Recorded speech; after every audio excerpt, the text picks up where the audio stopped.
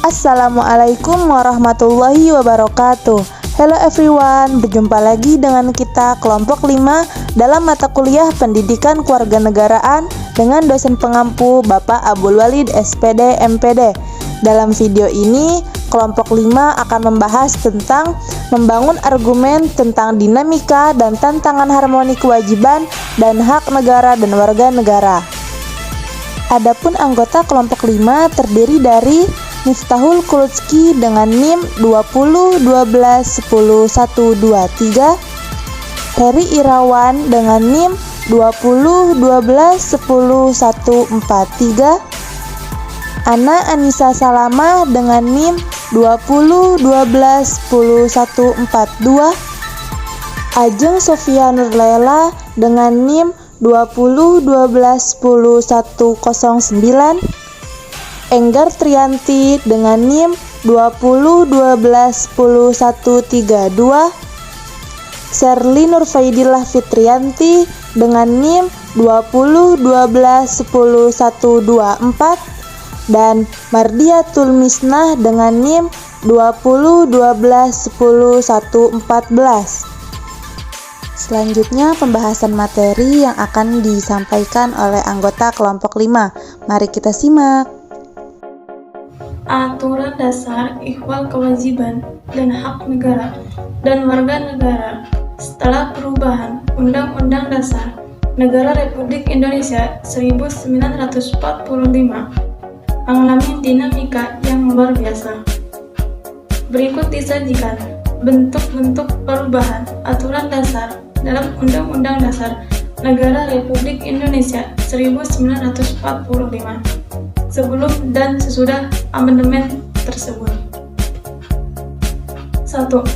Aturan dasar ikhwal pendidikan dan kebudayaan serta ilmu pengetahuan dan teknologi.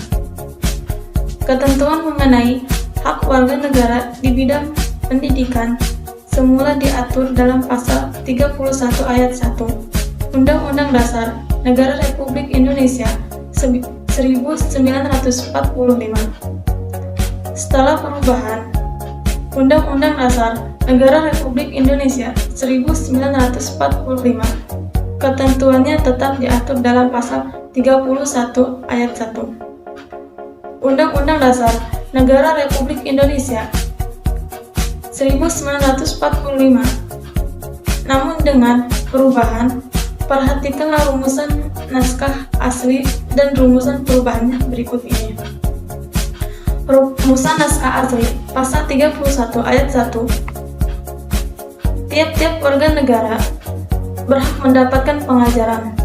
Rumusan perubahan pasal 31 ayat 1. Setiap warga negara berhak mendapatkan pendidikan. Perubahan pasal tersebut terletak pada pengertian kata tiap-tiap menjadi setiap dan kata pengajaran menjadi pendidikan. Perubahan kata tiap-tiap menjadi setiap merupakan penyesuaian terhadap perkembangan bahasa Indonesia. Adapun perubahan kata pengajaran menjadi pendidikan dimaksudkan untuk memperluas hak warga negara karena pengertian pengajaran lebih sempit dibandingkan dengan pengertian pendidikan. Pendidikan adalah proses menanamkan nilai-nilai, sedangkan pengajaran adalah proses mengalihkan pengetahuan.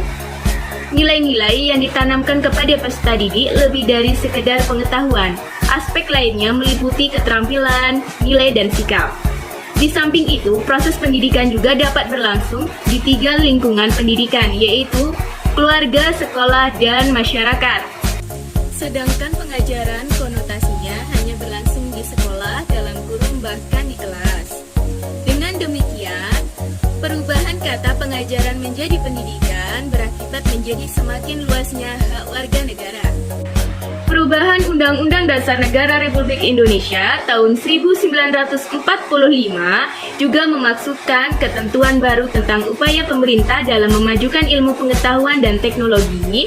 Rumusannya terdapat dalam pasal 31 ayat 5 Undang-Undang Dasar Negara Republik Indonesia tahun 1945.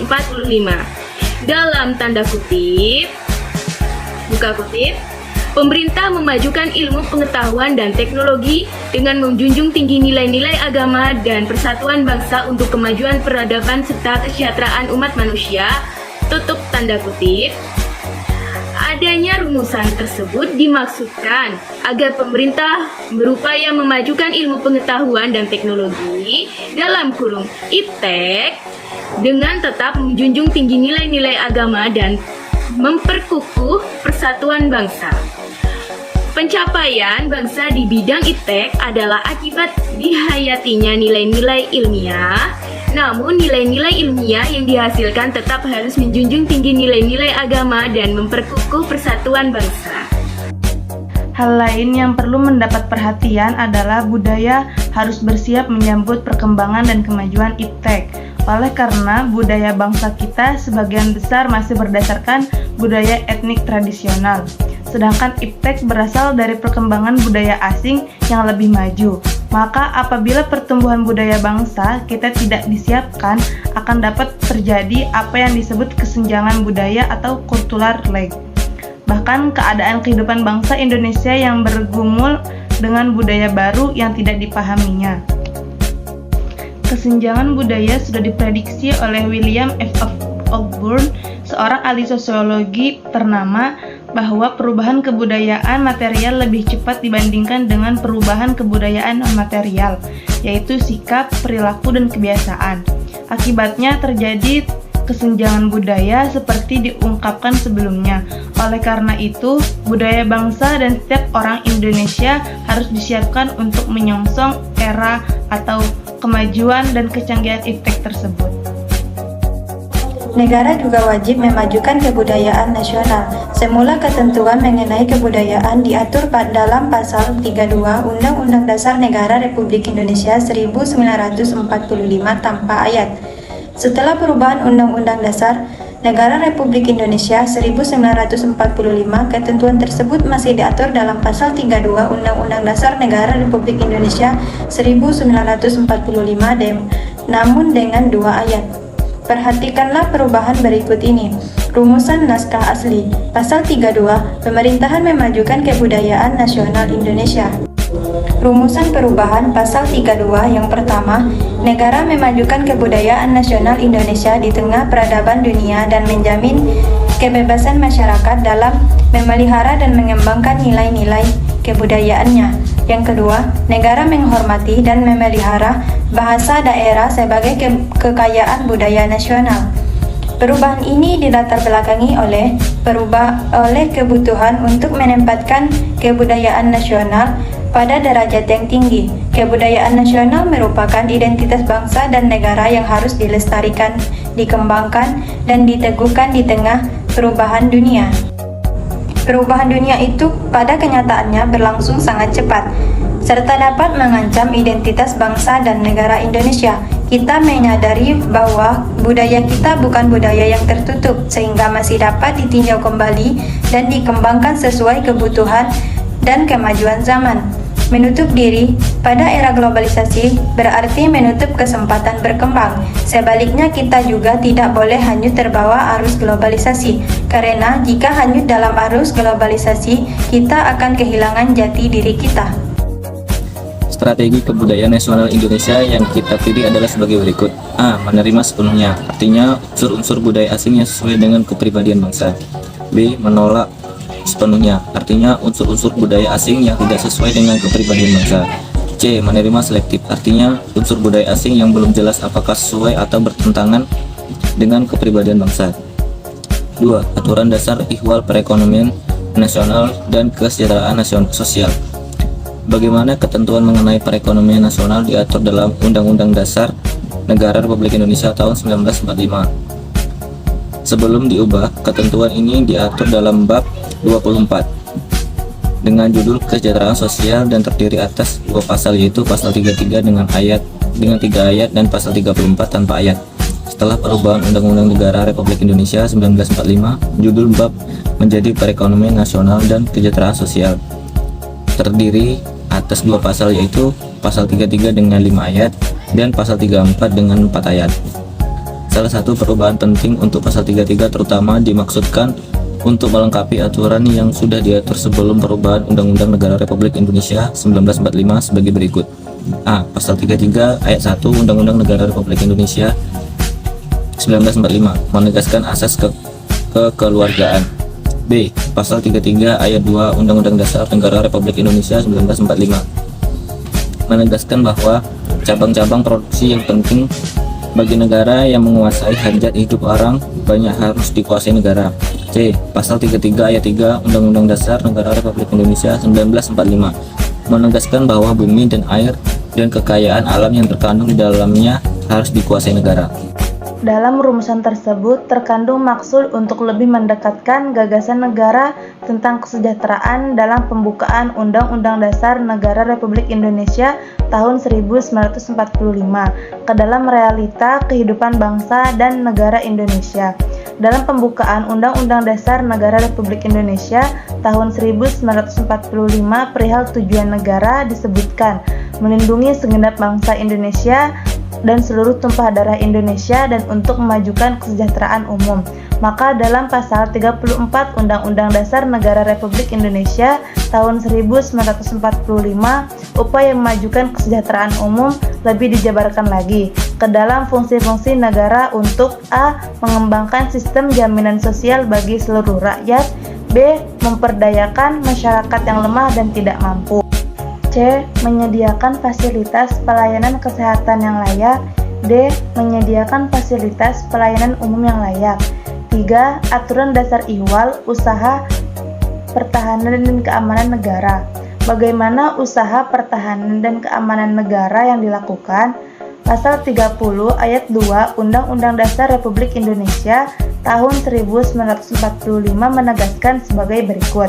Usaha pertahanan dan keamanan negara dilakukan melalui sistem pertahanan dan keamanan rakyat semesta oleh Tentara Negara Nasional Indonesia dan Kepolisian Negara Republik Indonesia sebagai komponen utama dan rakyat sebagai kekuatan pendukung.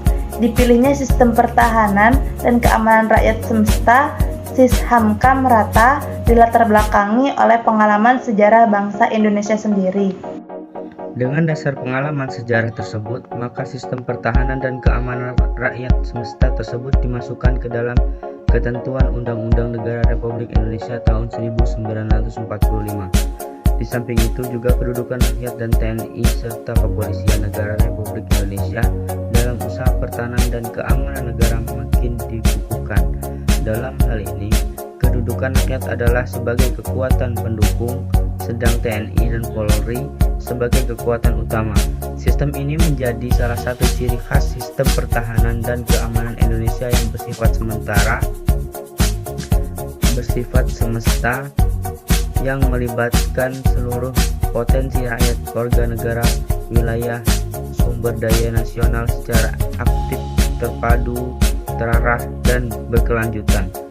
Kekuatan pertahanan dan keamanan rakyat semesta dibangun dalam 3 susunan, yakni perlawanan bersenjata, perlawanan tidak bersenjata, dan bagian pendukung perlawanan bersenjata dan tidak bersenjata. 4. Aturan dasar ihwal hak dan kewajiban asasi manusia.